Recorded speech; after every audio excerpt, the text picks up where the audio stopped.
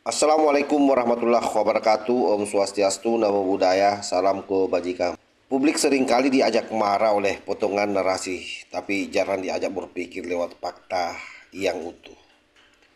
Hari ini kita kembali melihat video yang beredar viral kembali yang namanya Beni Kaharman, politisi dari Partai Demokrat menyentil KPK dan Pak Jokowi secara tidak langsung.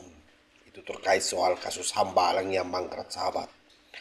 Yang kedua ada video juga yang tak kalah viral, yaitu Ibu Ina Limi yang berbicara, tentu dengan data dan kronologi. Dan ibu ini beranilah karena menyentil secara langsung Rismon Sianipar. Ada dua konteks di mana Ibu Ina Limi bicara. Yang pertama itu terkait soal biaya dari pemerintah Jepang yang tidak dikembalikan oleh Rismon. Malah kemudian yang datang adalah surat kematian Rismon. Bagi Ibu Ina Lim, ini adalah merupakan penipuan. Yang kedua, buku yang ditulis oleh Rismon Sianipar, bagi Ibu Ina Lim isinya itu adalah kebohongan bagi rakyat Indonesia. Nah, tentu yang menjadi pertanyaan sederhana, siapa yang sedang memperjuangkan kebenaran dan mana yang hanya sedang membangun persepsi. Oleh sebab itu, sahabat-sahabat sekalian, untuk lebih utuhnya, mari kita tonton kedua cuplikan video tersebut.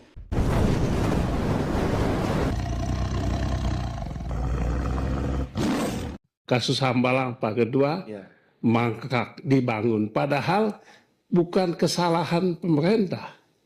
Tapi KPK yang menegaskan, pengadilan memutuskan tidak bisa dibangun lanjut itu Hambalang. Tapi di zaman itu kami dibully habis-habisan, mangkrak bangun Hambalang. Itulah jahatnya mangkrak itu. Nah, kasus Suwas bagaimana? Sakit hati kita Pak Kedua, tapi ya mau bilang apa, nggak berkuasa lagi. Pak Beni, mohon maaf untuk Hambalang, bukan kami menangani korupsi kemudian membuat mangkrak sebuah aset gitu loh. Jadi waktu itu kita diskusikan ada beberapa upaya untuk kita lakukan agar itu dimanfaatkan, Pak.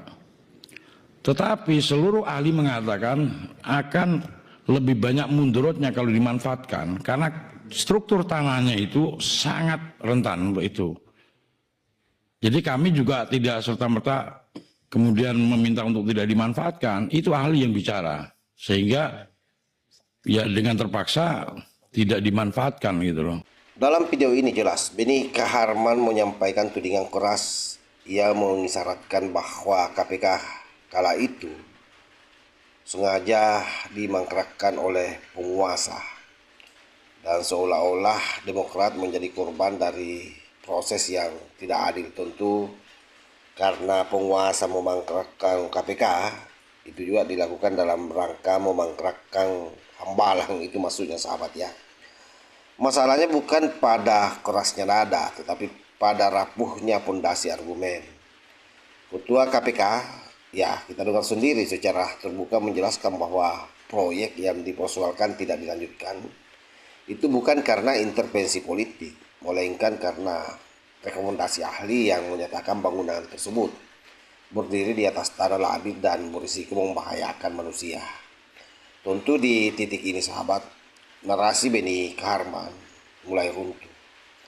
Karena jika sebuah keputusan dihentikan demi keselamatan publik, lalu di mana letak kriminalisasi atau pemangkratannya? Itu kan menjadi pertanyaan besar. Lebih fatal lagi, Beni Kaharman mengabaikan konteks teknis dan langsung meloncat ke kesimpulan politik. Ini pola lama. Ketika proses hukum tidak sesuai harapan, maka institusinya yang diserang, bukan dengan datanya yang diuji. Narasi semacam ini, sekali lagi, bukanlah memperjuangkan keadilan, tetapi menciptakan kecurigaan tanpa bukti tandingan sahabat. Dan itu sangat berbahaya karena publik akhirnya diajak percaya pada emosi, bukan pada mekanisme dan penjelasan resmi. Rismon Sianipar ini tidak lulus dan yang punya kewajiban untuk membayar beasiswa yang dia pakai dari Jepang. Kan itu beasiswanya dari Jepang. Karena orang kalau nggak lulus seperti Belanda, itu harus mengembalikan beasiswa. Biasa tanda tangan kontrak tuh ada, Singapura gitu. juga begitu. Nah, dia nampaknya tidak lulus dan akhirnya mau nggak mau kembalikan uang. Nah, parahnya bukan uang yang dia kembalikan, tapi adalah surat kematian Rismond Sianipar. Waduh, ini kan jahat nih. Penipuan, ya, ini penipuan. Menipu pemerintah. Ya, jadi Jepang bikin malu kita lagi nih. Jadi makanya ini 1 hari ini selesai saya. Wih, Bang Rismond dibaca sampai cukup 1 hari aja baca. Buku setebal 282 halaman ini ya. Memang masyarakat kita juga masih kurang kritis juga kan. Terus kalau nggak paham jadinya mudah disesatkan tadi. Ini menurut saya membodohi masyarakat kita sendiri. Kalau kita mendengar apa yang disampaikan oleh Ibu Inalim, saya kira ini pernyataan yang jauh dari konteks menyerang dengan emosi ya. Beliau berbicara dengan klaim yang spesifik dan kronologis. Pernyataannya tentang Rismond Sianipar bukan sekedar opini, melainkan tuduhan serius, mulai dari dugaan penipuan terhadap pemerintah Jepang, pemalsuan status kematian, hingga kewajiban biaya studi yang tidak diselesaikan. Yang membuat pernyataan ini kuat, saya kira bukan karena sensasional, tetapi karena konsistensinya. Ia juga menyoroti buku Gibran Endgame yang menurutnya memuat narasi menyesatkan dan berpotensi membohongi publik, dan beliau sudah baca yang kurang lebih isinya 200 halaman itu hanya 1 hari katanya. Nah, di sinilah kita melihat perbedaan mencolok. Artinya Ibu Ina tidak membangun musuh imajiner. Ia menyodorkan substansi yang bisa diverifikasi sahabat. Jika klaim itu salah, maka bantahlah dengan dokumen. Jika tidak benar, maka tempuh jalur hukum. Justru keberanian menyatakan secara terbuka yang membuat pernyataannya memiliki legitimasi moral dan logis. Dan untuk lebih jelasnya, sahabat-sahabat bisa menonton di kontennya Bambil Offside ya. Sahabat-sahabat sekalian, tentu dari 2 video ini publik bisa belajar satu hal yang penting. Artinya tidak semua kritik adalah kebenaran dan tidak semua pernyataan keras layak dipercaya. Pernyataan Benny Kaharman runtuh karena menyingkirkan fakta teknis dan menggantikannya dengan asumsi politik. Sementara kalau kita mendengar pernyataan Ibu Inalim, itu saya kira berdiri kokoh karena berbasis klaim yang konkret sahabat ya, yang bisa diuji, bisa dibantah atau dibuktikan di ruang publik. Yang kita butuhkan saya kira hari ini bukan siapa yang lantang, tetapi siapa yang paling siap diuji.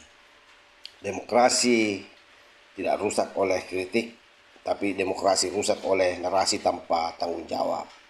Dan keberanian tidak butuh yang namanya teriakan. Ia hanya butuh keberanian untuk diuji di ruang yang terang. Silakan sahabat-sahabat memberikan penilaian sendiri. Siapa yang berbicara demi kepentingan publik dan siapa yang hanya sedang menyelamatkan cerita lama. Saya kira demikian sahabat. Wallahul muwaffiq ila aqwamit thoriq. Wassalamualaikum warahmatullahi wabarakatuh.